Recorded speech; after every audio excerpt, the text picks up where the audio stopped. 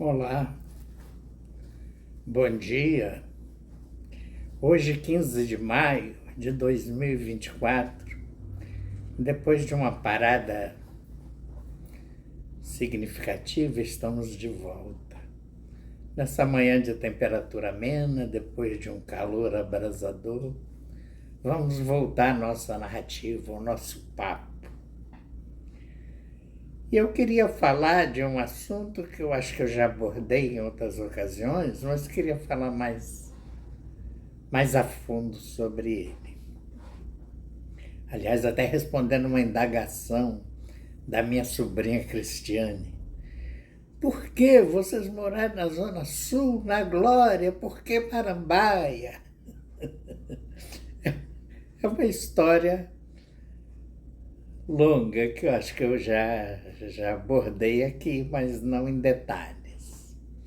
Como eu disse antes, minha mãe asmática, vivia muito doente no Rio, por causa da marisia. E aí viemos para o lado de cá da poça. Na ocasião, éramos 6, 7. Meu pai, minha mãe, Eustáquio, eu, Marlene estava em Minas, na casa dos meus tios, e Paulo, o caçula na época. E aí viemos inicialmente morar no bairro de Vista Alegre. Vista Alegre, que também era conhecido como Gambá.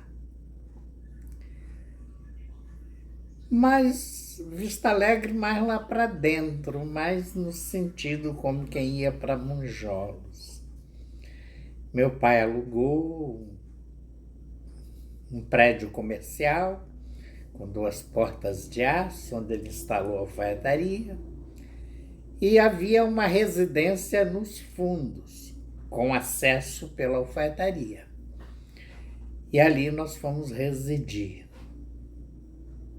E nessa ocasião, meu pai ainda estava trabalhando para Tiadão. Como disse anteriormente, Tiadão instalou uma alfaiataria para meu pai trabalhar.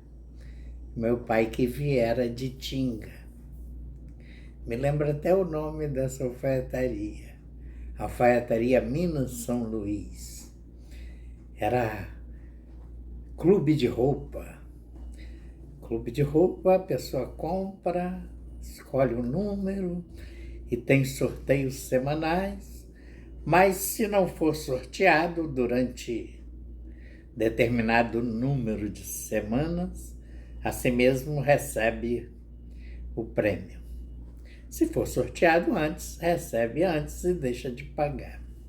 E meu pai veio, mesmo vindo para o lado de cá, eu digo para o lado de cá porque eu estou falando de Niterói, e meu pai trabalhava para Tiadão.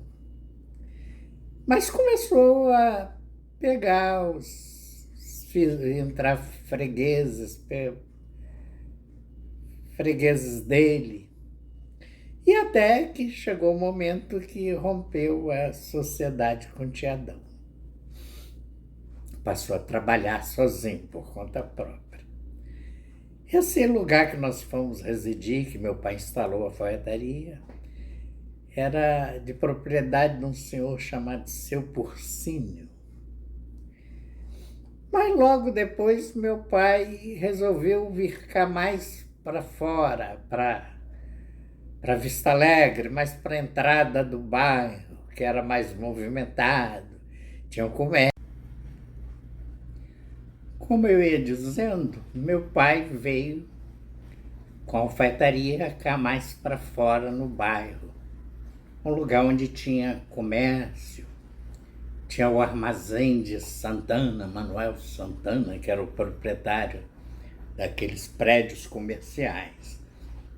Tinha a lavanderia, tinturaria de Tiago, tinha a quitanda de Seu Soares, E tinha o armazém Fé em Deus, do seu João Sodré, onde meu pai fazia as compras mensais da nossa casa. E aí eu me lembro que nessa ocasião, minha mãe se preparava, ainda na casa anterior, na casa do seu Porcinho, onde meu pai tinha alfaiataria, nós morávamos no mesmo prédio.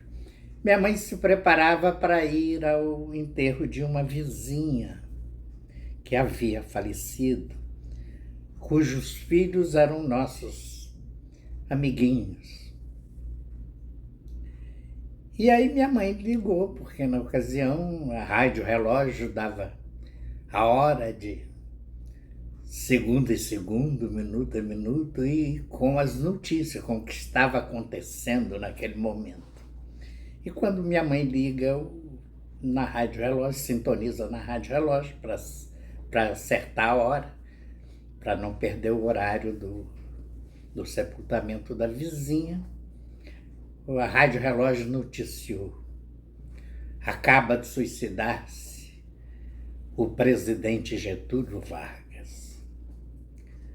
Nessa ocasião eu tinha lá meus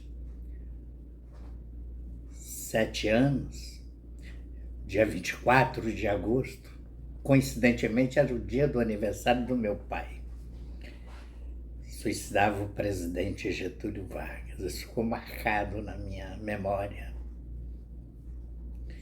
E aí nós viemos depois morar perto da linha do trem, isso já em Marambaia. Essa linha do trem era uma pedreira que transportava pedra para a fábrica de cimento Mauá, em Guaxindiba, a pedreira de São José para a fábrica de cimento Mauá, num bairro chamado Guaxindiba. Era a fábrica de cimento Mauá. E aí, nessa casa, não tinha nem luz, né? Era lampião, lamparina, a coisa era precária. Água de poço. Como eu dizia, a precariedade da casa que a gente morava, e onde moramos de 1954 até 1957. Nessa casa eu me lembro de determinados acontecimentos. Um desses acontecimentos, meu pai voltando, meu pai vinha lá do bairro de Vista Alegre, onde ele tinha alfaiataria, para casa, e caiu de bicicleta e quebrou a perna. Me lembro desse acontecimento. Quebrou a perna. Nessa ocasião minha mãe estava nos dias de dar à luz do meu irmão Juca, o último filho dela com meu pai. E me lembro perfeitamente que meu pai estava com a perna quebrada. Isso era mais precisamente o ano de 1957. Era um mês de fevereiro. E logo depois meu pai veio a falecer no mês de setembro desse mesmo ano, assassinado. Mas nessa casa eu tenho algumas recordações, porque foi a última casa que nós residimos com nosso pai, que morreu bem jovem ainda, aos 35 anos.